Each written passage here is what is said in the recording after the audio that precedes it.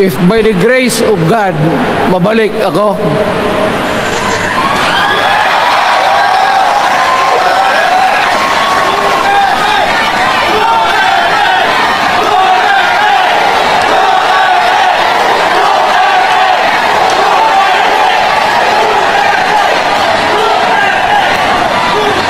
milagro lang naman yan, hindi ba yan totoo?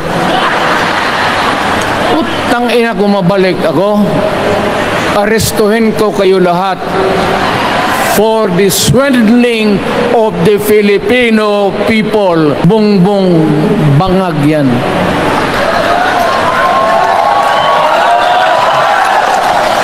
That's why sinasabi ko na sa inyo ngayon, si Bongbong Marcos bangag noon, ngayong presidente na bangag natin ang presidente. Noong unang panahon, wala naman tayong kamuang-muang, wala naman tayong kalaban, wala namang nagagalit sa atin. Pumunta ang Espanyol at inagaw ang ating lupa, pinira. For 400 years, nagtiis ang Pilipino, subjugated by foreigners. Then, during the American and Spanish War, natalo ang Espanyol at napunta ang ating bayan sa Amerika. Anak ng grabe ang tiis ng Pilipino, yung mga lolo natin, kung gaano na lang sila pinahirapan. Alam mo noon, kung hindi ka magsimba, ay may mga pari nandyan, they know the history of Christianity. Alam mo noon, kung hindi ka magsimba, 10 palo sa katawan mo. No longer in politics. I am not a candidate. Nahirapan nga ako mag-akyat ng hagdanan. I am 80 years old. 79 lang, pero hindi binibilang yan eh. Sabi malas daw. Sabi ng asawa ko, 80 na ako. Sige, 80 na. Pero nung lumabas itong People's Initiative, okay man yan. Abogado ako.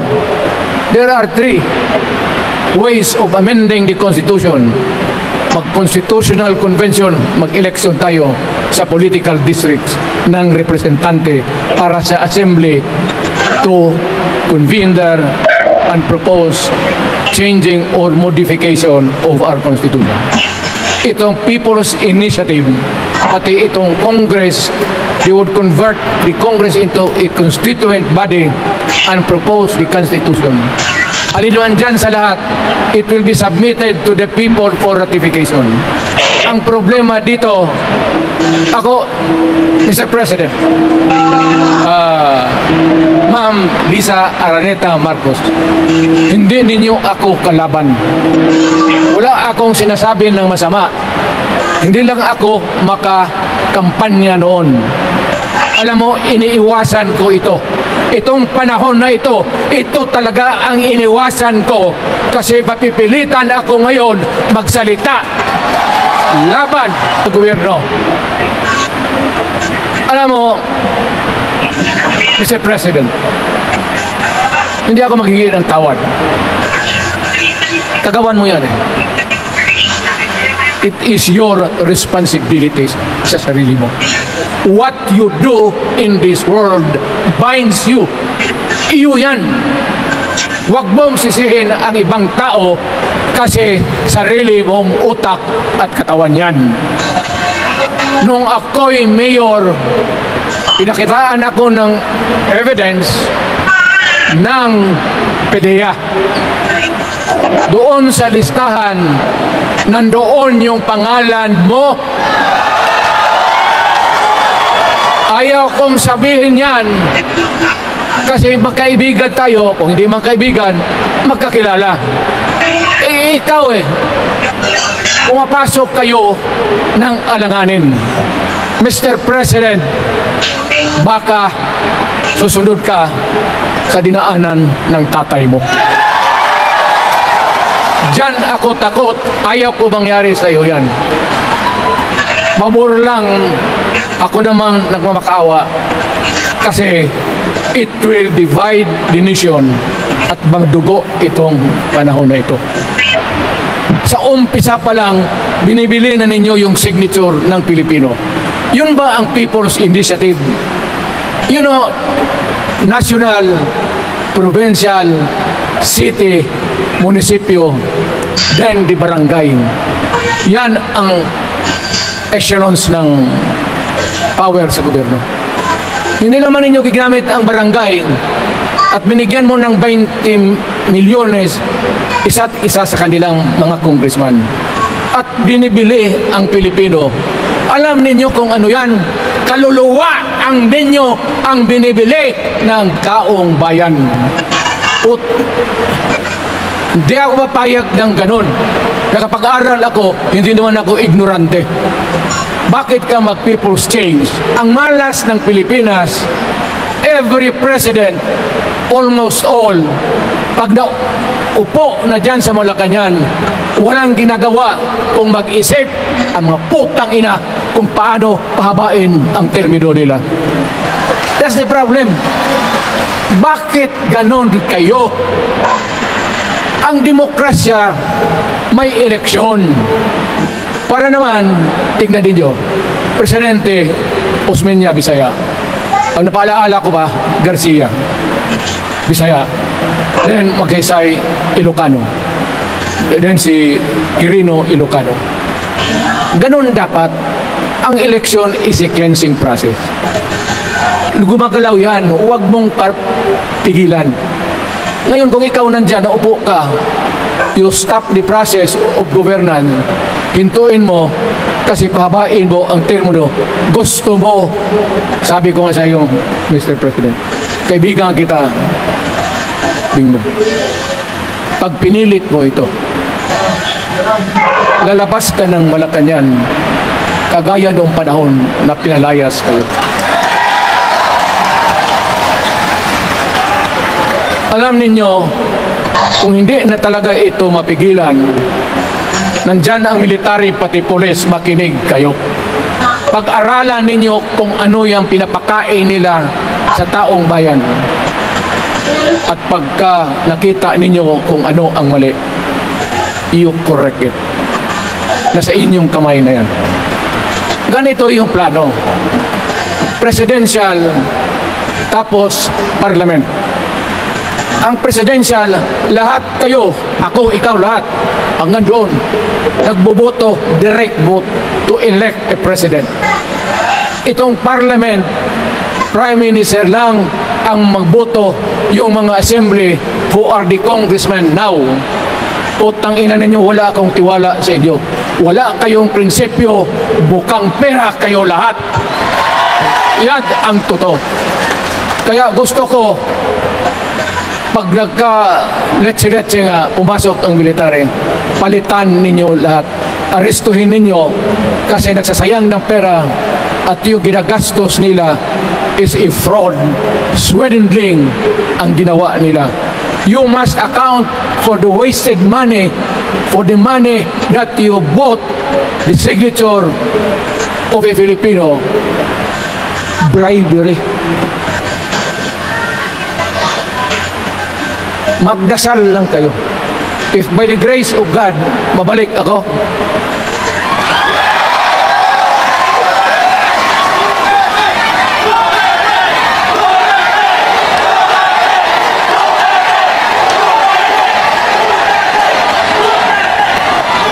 nilagro lang naman yan, hindi ba yan totoo? Utang ina kung mabalik ako, arestuhin ko kayo lahat for the swindling of the Filipino people. You committed fraud. Pinagsayangan ninyo ang pera namin.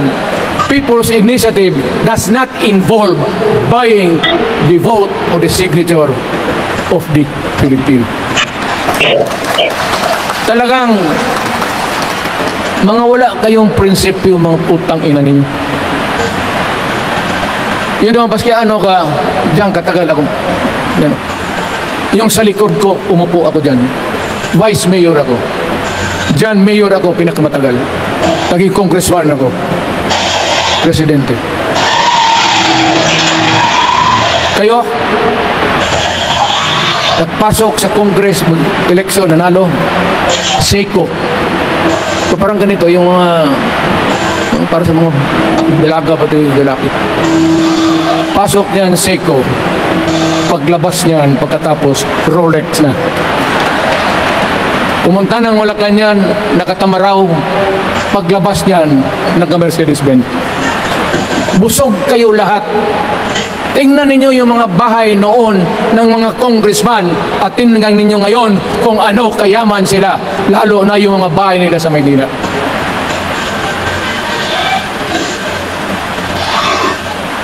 Wala kayong masabi sa akin. Alam mo bakit diretsaan ako magsalita? Ninipahat, wala ako. Paglabas ko sa Malacanang, lipat ako dito. Punta ako sa bahay ko para mag-retire. Ayaw ko sanang bumalik. Ayaw ko na. Matanda na ako. Putang ina, napapandol lang ako dyan eh. Kaya lang, marami akong magandang naisip kanina papunta dito. Kaya yung sumasayaw lang kasi yung mga alien. Nabakante tuloy, nakalimutan ko kung ano ko lang sa tangin. Huwag kayong magpaluko. Alam mo, Parliament, ang ambisyon niyan, karamihan, galing kay Lisa Marcos, pati kay Romualdez. Bongbong bangag yan. That's why, sinasabi ko na sa inyo ngayon, si Bongbong Marcos bangag noon, ngayong presidente na, bangag natin ang presidente. Kayong mga military, alam ninyo yan. Lalo na yung nasa Malacanang. Alam ninyo, the Armed Forces of the Philippines, alam ninyo, may drug addict tayo na presidente, putang inang yan. Ayun ang, bakit ako nagkaroon ng kaso ng ICC? Sabi nila, pinapagpatay ko raw yung mga drug poser at drug addict. Mabutit na lang, wala na ako sa pwesto, baka kasali ka pa. No, Mr. President, pinilit ninyo kami. Kayo yung nag-ano, sa Bisaya, kinikito yung Pilipino. You are testing the waters, not even. You are, pushing to the limits ang pasensya ng Pilipino. Huwag na huwag mong gawin yan. Huwag mong gawin yan, huwag mong ituloy yan, kaya magkagulo. Pag hindi namin napilitan kayo sa mga rallies, sa aming mga boses, ang sentimento namin, ako'y sinasabi ko sa military, nag-hemorrhage ang bayan, gastos dito ng gastos doon. Tapos kung mag-speech, ang pinag-usapan ang putang inang pobreng Pilipino. Gastos dito, gastos doon. Mga military, maawa kayo sa bayan. Pag hindi namin kaya, gawin na ninyo. Gawin ninyo, kawawa ng Pilipino. Alam mo, Presidente, tapos mag-Parliament, tumatakbo ng assemblyman o congressman niya si Sandro. Tapos ipasok nila sa assembly, gawain nilang Prime Minister. Yan nga ang sakit ng Pilipino. You want to perpetuate yourself in power at the expense ng buhay ng bayan. Mabuti sana kung bright kayo. Kung drug addict lang naman at may asawa kang hungry for power, tapos may isa itong taga Leyte, gusto siyang mag-Prime Minister at gawin niya itong Bongbong, diyan ka lang, ako ang bahala. Ceremonial President ka na lang. Ako na ang magpatakbo ng bayan sa Parliament. Yan ang plano nila. Yan ang hindi talaga matanggap natin. Kalukuhan niyang putang ina. Huwag kayong, alam mo, bakit ako magkipag-away ng Presidente? Marami siyang sundalo. Kaya natin, kayong pumalag.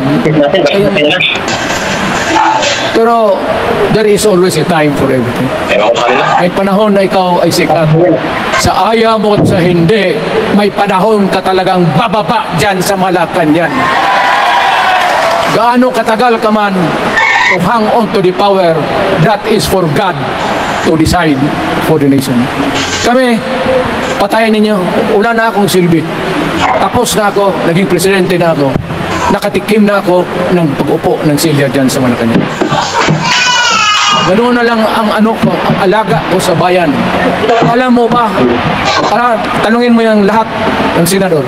Magbisita sila, isang kanin, isang pork chop o sisda, sabaw.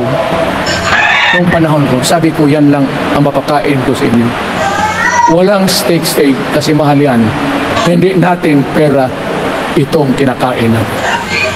Yan ang totoo. Magtanong kayo ng taga-Malacanang dyan. Hindi ako nagpabibida. Sinabi ko lang, huwag ninyong kalimutan, Mr. President, ang delikadesa. Mahirap yan. Magkaroon tayo ng... Ngayon, wala naman. Yun naman ang dapat ng pagpintuhan natin. Huwag kayong pumayag dyan. Binabastos kayo. Anong bakit? Kung bakit nadali tayo sa parliament? Anak ka na. So pag doon kontrolado na nila, pati yung anak na assured na maging... Yan nga ang mahirap eh. Lahat na maging presidente, ang pamilya nila, walang inisip kung hindi paano titira dyan hanggang sa matapos ang panahon. May I remind you, itong election, papalit-palit ito. Para sa lahat, mayroong Ilocano, may Bicolano, may Bisaya. Hindi mo pwedeng suluhin yan. The election is a cleansing process. It does not, it's never the intention of the whoever wrote the Constitution na ikaw, isang Pilipino, taga-Paway, taga-Batangas, taga-Davao, ikaw, Rodrigo Duterte, nandiyan ka na, huwag ka nang umalis. It was not the intention of the lawmaker. Demokrasya tayo, Mr. President. Huwag mong kalimutan na isang term ka lang, pagkatapos, bababa ka na. Pag ayaw mong bumaba, utang ina magkagulo ang bayan, sabihin ko sa inyo. Ngayon, nakikinig kayong mga military.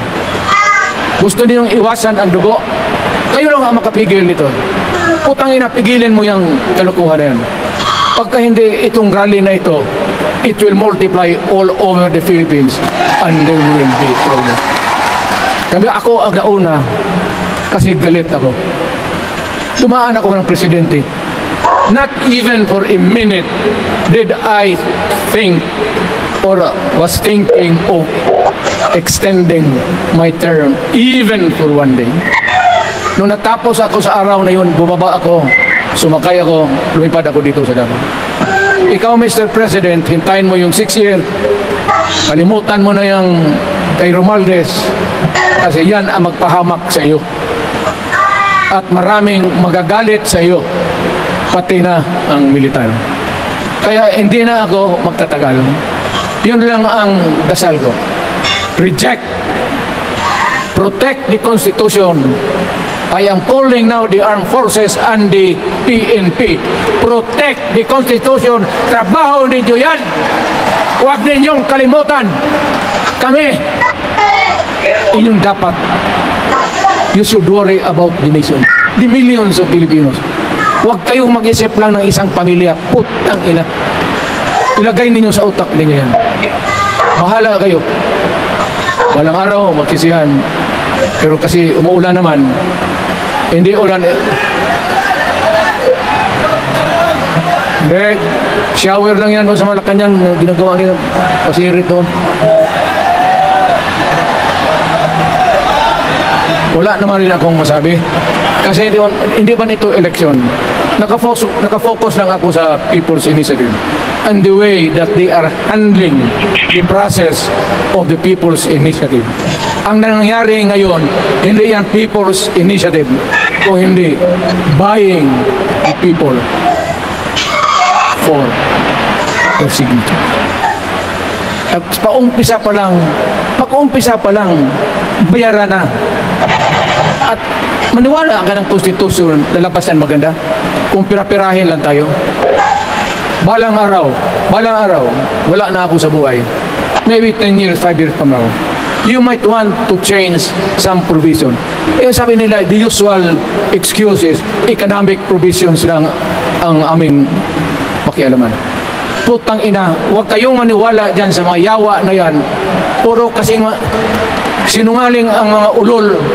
Alam mo, pag nagtawag ka ng Constitutional Convention to People's Initiative or when you open the Constitution, hindi mo pwedeng limitahan ang powers na yan. It's unlimited. Kung ano ang gawain nila at kung ano ang utos ng may pera, kung bayaran sila, ipagbili talaga tayo. Ipauhanin na lang ako, nagkangi ako ng may mga congressman dito. Ito yung matitino. Nandito si Congressman Alvarez. Pumunta talaga siya. Hindi mo kasi niya ako hinayaya. Kapupunta sana ako ng Tagum. Para na ako galit talaga. Bakit po putang ina? Bakit? Bisaya ba makumutan ko na imong naong? Magharap sa akin, ganoon ko yung mukha mo. Bakit? Bakit bigyan mong problema ang Pilipino? Ano ang kasalanan ng Pilipino at gumagastos kayo, binibili milyon ng milyon, kayong mga congressman, utang ina, istapa yan, swilling yan. Kaya sabi ko, by stroke of fate, nabalik ako dyan sa Malacanang, kayong lahat, kagaya ng Marcelo, ng tatay mo Bongbong, kayong lahat congressman, nandoon kayo sa Krami. Ipasok kayo ng 2 taon para leksyon ninyo. Hindi ka maleksyon na kalukuhan ninyo. Wala. Hindi pa nga naayos ang kati. Ano bang, what's wrong with the Constitution? Tell me. Kung hindi yung inyong ambisyon. The real purpose itong constitutional changes sa People's Initiative is really to perpetuate those who are in power. Yan na lang ang ganun. Marami akong sabihin, maybe kung patayin nila ako, patukin yung aeroplano, wala na tayong magawa. Ngayon kung sino, alam mo na kung sino, yung sa Malacanang. Yun ang aristuhin ninyo. Sila nagpapisa ng pagkaluhan niyo. Ladies and gentlemen, I am very thankful. Nandito kayo, mga Tagalog, Bisaya at Taga-Maynila. And I hope that we will continue to love our country. Magbigay sila ng pera, tanggapin ninyo, pera ninyo yan. Hindi ba ninyo na sa isip ninyo? Bigyan kayo ng 1,000, 100, tanggapin mo, pera ninyo yan. Pati yung sa bulsa nila, kinakain nila, at pinagpili ng bahay kung saan-saan, pera ninyo.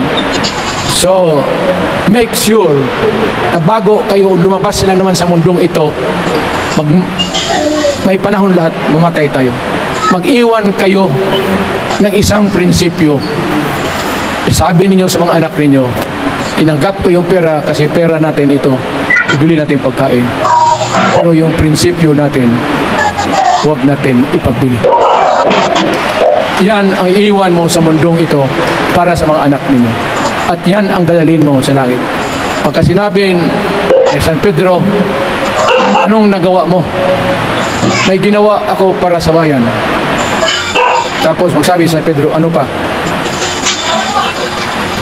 Yung mga ibang bagay na ginawa mo, mga kasalanan, mga kabit, gano'n.